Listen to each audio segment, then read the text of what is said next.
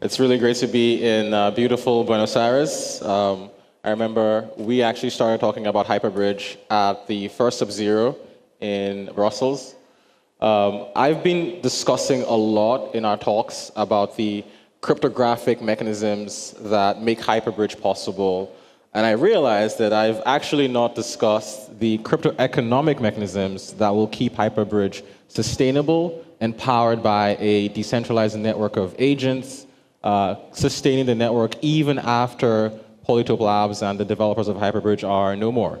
And so, yeah, let's get into it, actually. So the Hyperbridge protocol is actually not one thing. It's not the Hyperbridge parachain.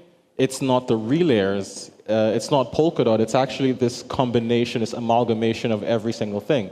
So we have the consensus relayers, we have the messaging relayers, we have the block producers, the collators on the network, and we also have the Polkadot protocol. And Hyperbridge cannot function if a single member of this set is not present. If Polkadot is not available, then you no longer have the Hyperbridge protocol. If any of the relayers are offline, then the protocol is not going to function. So we need incentives and we need cryptoeconomic guarantees that bring all these participants together to facilitate the protocol, right? So a very, very high-level overview of how I like to think about Hyperbridge, especially if you're familiar with the OSI model, you know, especially for TCP, you have your infrastructure layer, the physical link, you have the application layer, you have the presentation layer. And so we've actually sort of replicated this model for cross-chain interoperability. So at the top is actually Polkadot. Polkadot is actually what enables the rest of the Hyperbridge stack. And then we get, of course, to the Hyperbridge network itself with the parachain network. And then we have the relayers at the bottom who are basically the physical link of the Hyperbridge protocol, right? And so, you know, they're basically connected to all the external networks. And they're going to collect some information. They're going to collect proofs. They're going to collect data. And they're going to feed that into Hyperbridge. Hyperbridge is going to do some verification.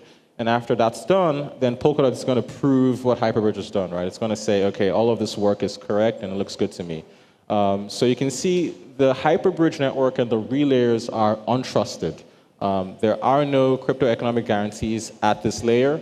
But once the work moves up to the top, where Polkadot exists, which is the trusted layer, then we start to have some cryptoeconomic guarantees, right? So here's how I like to think about it, right? Like, so the Polkadot network is watching both Hyperbridge and both the relayers and ensuring that they're both doing the correct thing.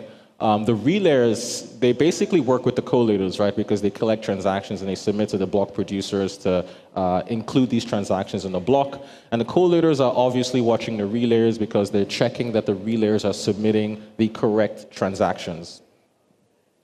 And so, basically the roles of everyone on the network, the relayers, they're going to collect and submit transactions to Hyperbridge. These transactions contain proofs of consensus, proofs of transactions, cross-chain transactions that need to be exchanged. The collators, well, they're just going to verify these transactions, right? They're going to verify that these proofs are correct. And if they are, they're going to put them in a block. But if they're not correct, invalid transactions do not make it into a block. And this is very critical so we can save up critical block space. And once Polkadot, once the collators are done, they're going to put all these blocks and submit them to Polkadot.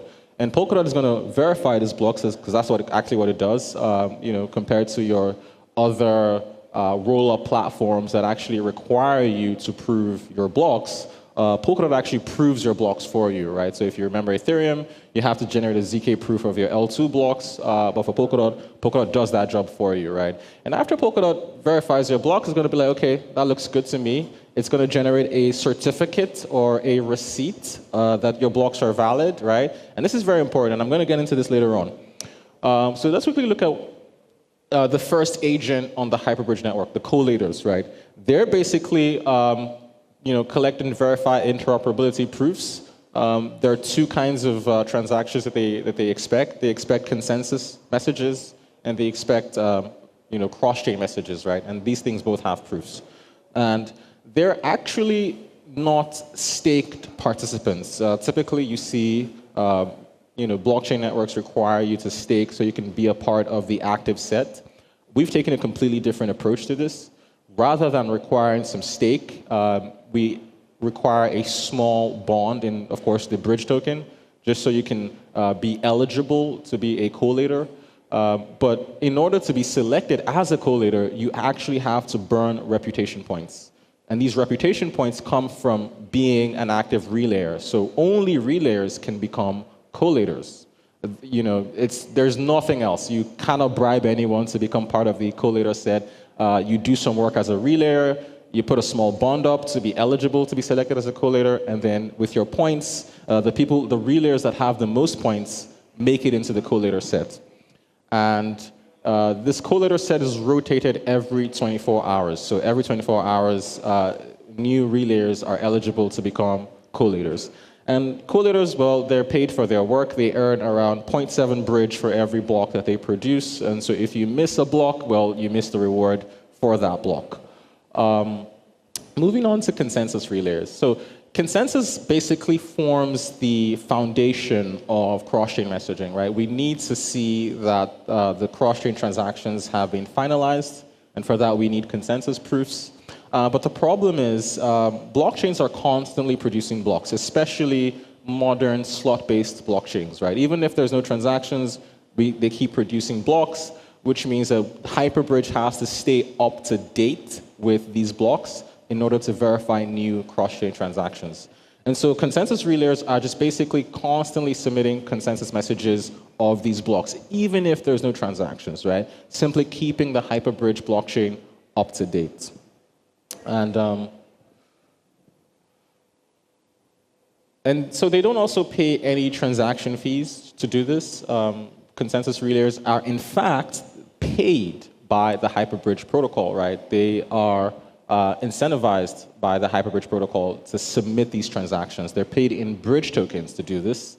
And so consensus relayers are constantly earning bridge tokens. And we'll move on to the messaging relayers as well. So, you know, just a very high-level overview. You have some external blockchain that's producing blocks. You have consensus relayers who sit in the middle of this blockchain and Hyperbridge.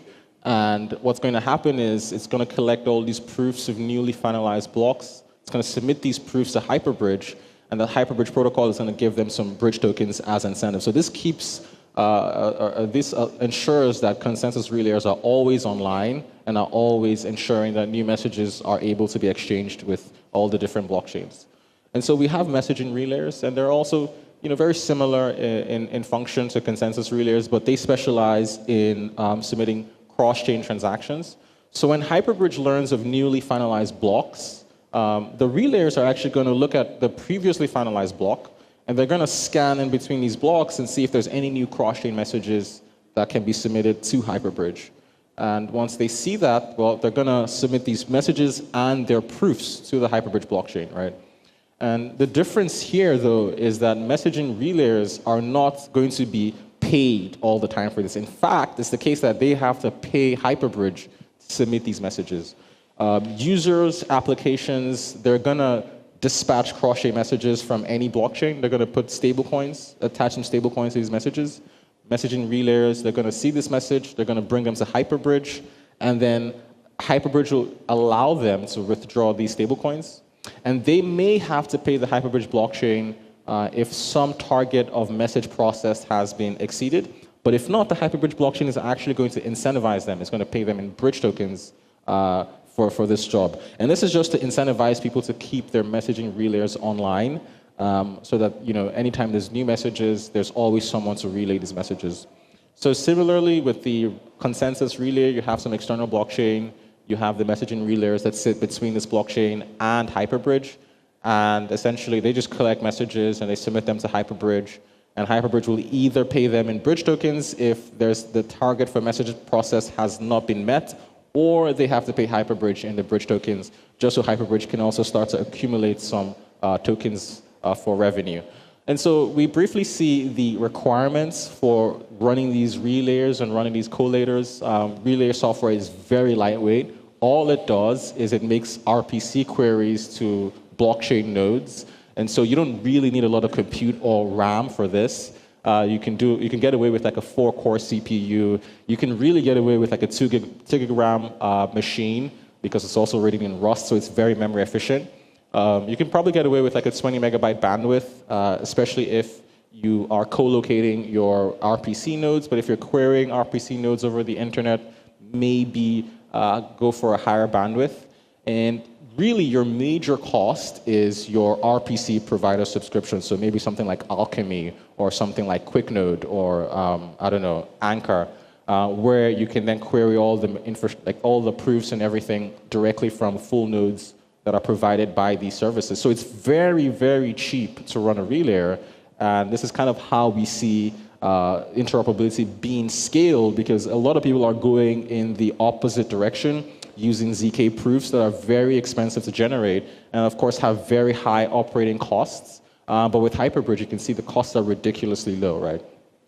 And so for the collators, for block producers, it's a bit higher because you have to essentially run a local Polkadot relay chain as part of the collator software. And this, of course, is also pretty huge. I think Polkadot archive is around 3 terabytes. So I think 4 terabyte SSD is good enough. You'd, of course, need a very high bandwidth machine to communicate with the Polkadot relay chain and submit your blocks fast enough. And this should basically work out to around $200 a month. Of course, if you host it locally, with a home staker node, then this cost obviously becomes nothing. And so we just basically look at Polkadot, right? So what does Polkadot's role in Hyperbridge? Well, Hyperbridge is a Polkadot parachain that acts as this co-processor for all this cryptographic proving that needs to happen for cross-chain messaging. But the proofs of this co-processor actually comes from Polkadot, right? And the cryptographic certificate, which I talked about earlier, of the Hyperbridge blocks is produced by the Polkadot validator set. And really, this certificate is just cryptographic signatures, digital signatures coming from the active validator set of the Polkadot network. And really, I think the insight here is that blockchains are just kind of like multi-sigs, right? The validator set is a giant multi-sig. And so then why is this different from our existing multi-sig bridges? Well, let's actually look into that. So on a blockchain, the validator set is actually rotated periodically. In the case of Polkadot, this is every 4 hours. But if you had a multi-sig committee that does bridging, then your signers are never rotated. And the keys sit on the machine, creating opportunities for private key compromise, right? Secondly, the signatures carry what we call on-chain insurance through staking and slashing. So the validators of the Polkadot network, or really the validators of any blockchain, they're staked. They have put up some capital to become validators that can be slashed if they sign incorrectly.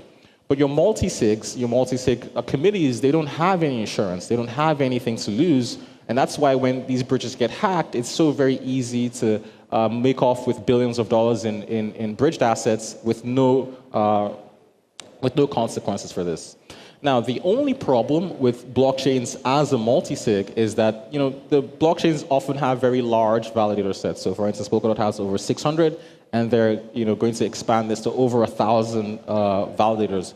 But you can actually fix this using aggregatable BLS signatures and through some nice ZK tricks to bring back the cost of verifying these signatures to something that's more permissible. But we can see that in the case of multi-sig committees, they necessarily have to keep their sets very, very small so that it's very cheap to verify, right? And the last thing is for blockchains, joining the set is open and permissionless as long as you have the right stake. You can leave and join the set at any time. But for multi-sig committees, it's necessarily closed and permissioned because of the trust that's required, right? So let's now look at the economics of the Hyperbridge protocol.